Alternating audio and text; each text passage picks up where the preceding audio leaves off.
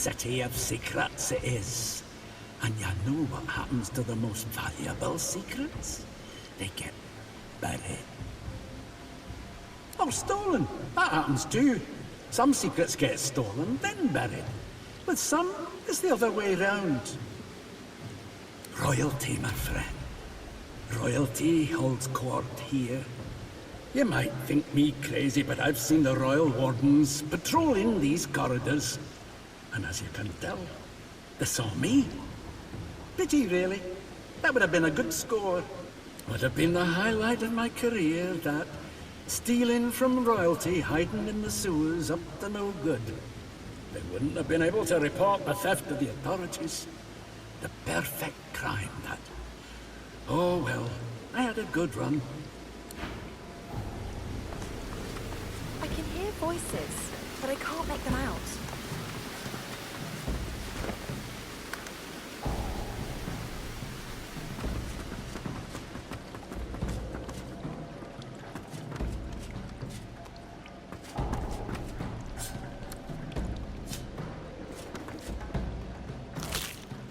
It's an ambush. Of course it is.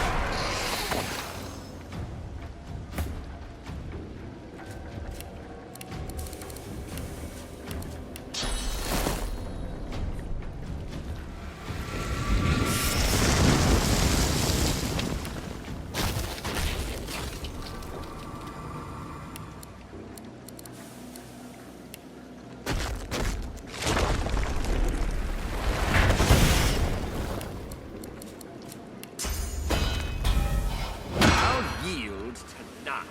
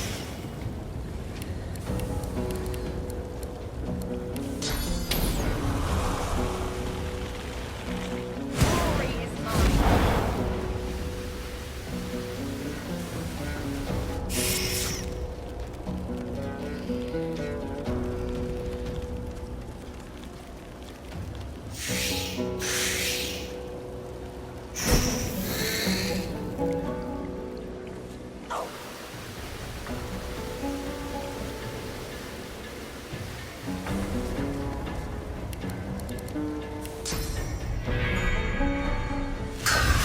yield to none.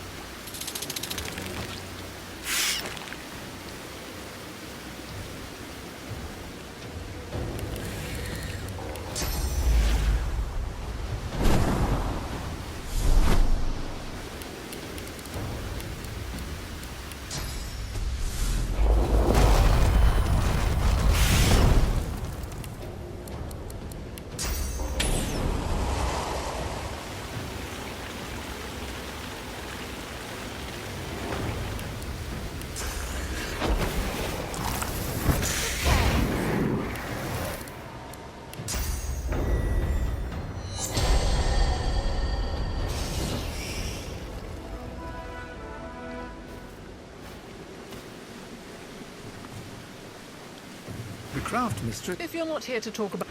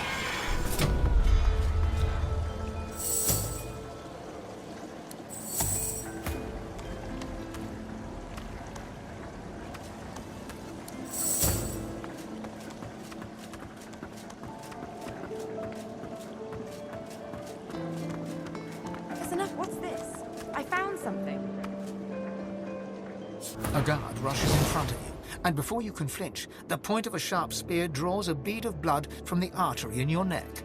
Halt! State your name. Now! Oh, for goodness sake, woman, lower your spear. That is no way to greet a guest. Isbiel, I've not known you to be so welcoming to strangers. Have I yet to disappoint your highness in matters of security? Your Majesty? Do as she says. Lower your spear. Yes. Of course, my queen.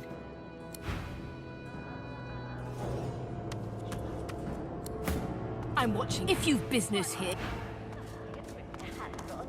Your highness, bloom of Duna, flame of the forge, I present to you Losa, melodist and muse.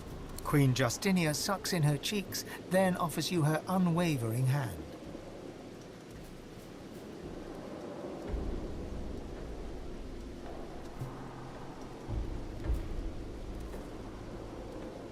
The Queen retracts her hand and rewards your reverence with a curt nod.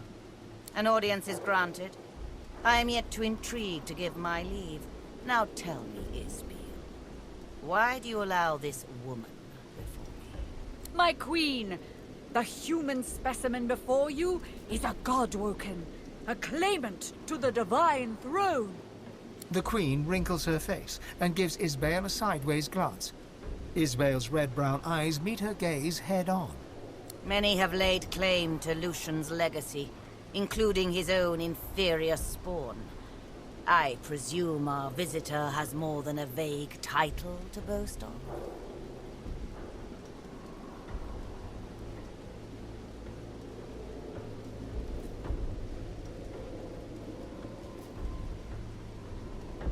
I am consort to Her Royal Highness Justinia.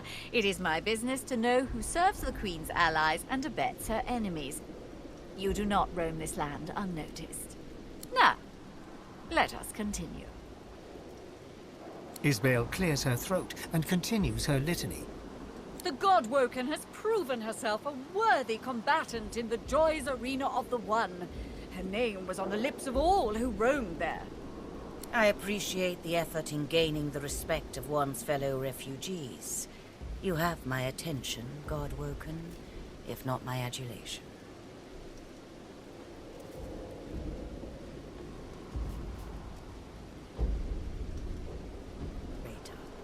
Isbiel, is there more to tell? She has escaped the island prison to which the Order confined her. A feat deserving a modicum of respect.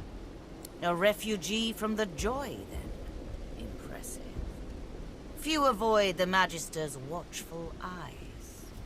Can this Godwoken declare other triumphs, Isbiel?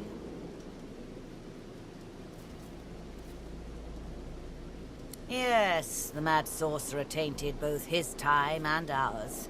His stench is not easily rinsed away.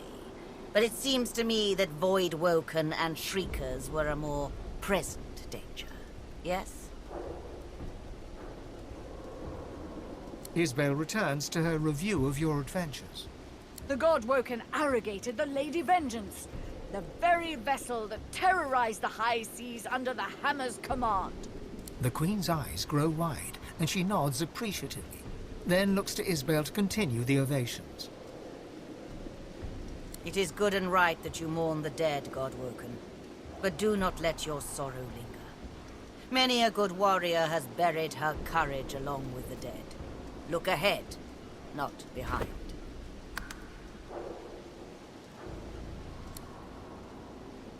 Her triumphs as champion of Driftwood are known to all dwarves of Reaper's Coast. This title is not effortlessly earned. Yes. It seems you've proven yourself familiar with sword and source, my girl. The raucous one would not assign the honor of champion lightly. Yes. Word of the great champion has already reached my ears, courtesy of Barston Tongues, the esteemed bard. Now, Isbiel, is there more you wish to share? The Godwoken has slain her very own. Alexander, son of the Lake Divine, has fallen to her superior might. Indeed. Slayed by your hand, then. The cub once pleaded with me to aid in his sorcerer pogrom. I cannot deplore your actions, as loath as I am to admit it. The Queen smiles her approval and looks to her advisor.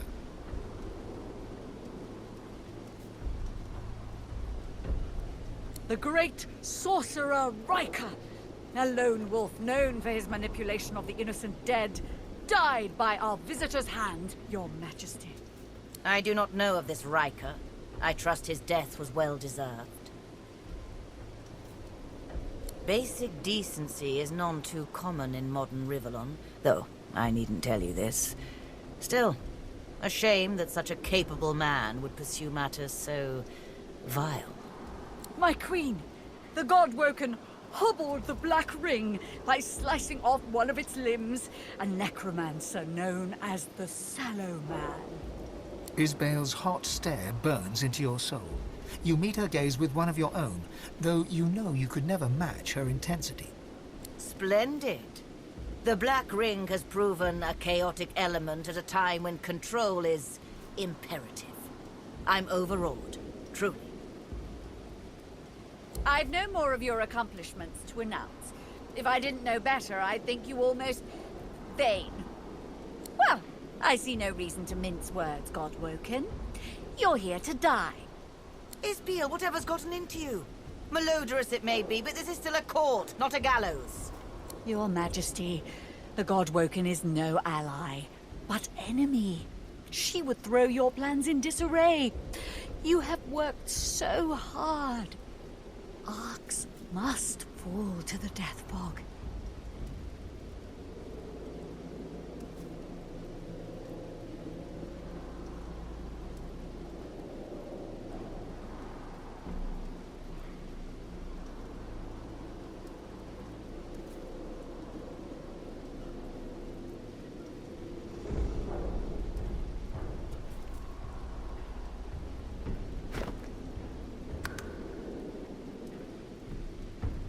We are at war.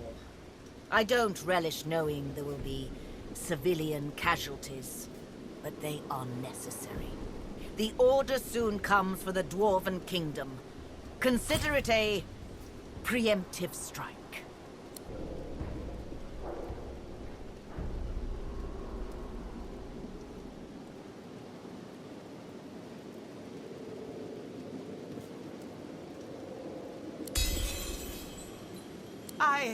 I am no monster. Isbael, what say you? Justinia turns to Isbael, looking for answers or comfort, and Isbael begins to chuckle. Her laugh is low and measured at first, but grows in magnitude until she can barely breathe. Oh, but you're a clever one, aren't you, Losa? Fine. I'm tired of pretending I serve this weak wench anyway. But it doesn't matter. You can't stop the death fog. The wheels are in motion. Isbael? Shut your royal maw, Justinia. Arcs will fall and your memory writ. They will believe it was your will, your plan, your command.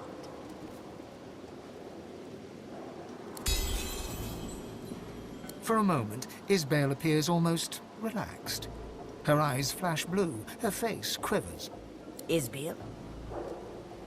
My queen, forgive me, I...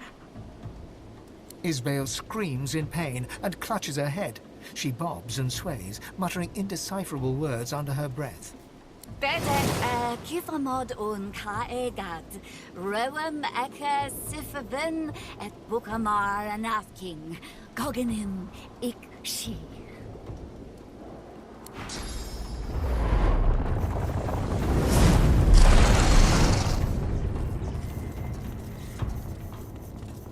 You blink yourself awake to the cold gaze of 1,000 stones and the hot gaze of the dwarf Isbael, right hand of the queen.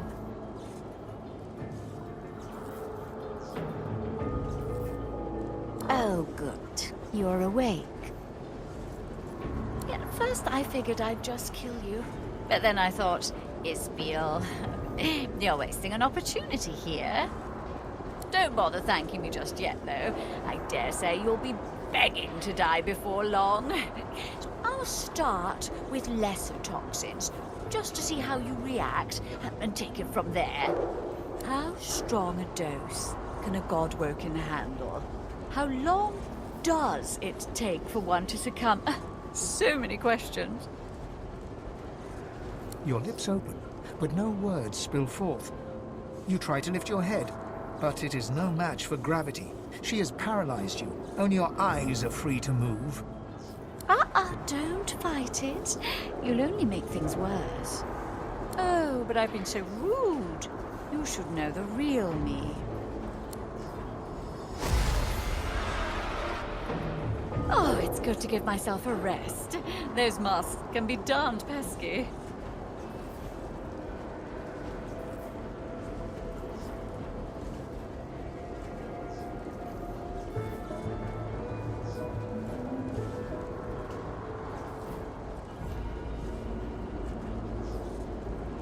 What's that, girl? What are you trying to tell me? Are you hungry? Do you want to play?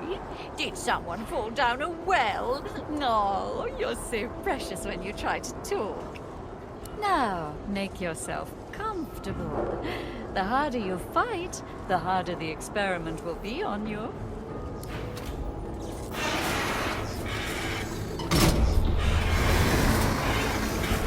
You struggle to move, and you feel your toes wiggle, and your fingers twitch. The paralysis is waning. Interesting. Some of the results are quite unexpected. Now, let's move on to Death Fog. Live or die, you've already proven most...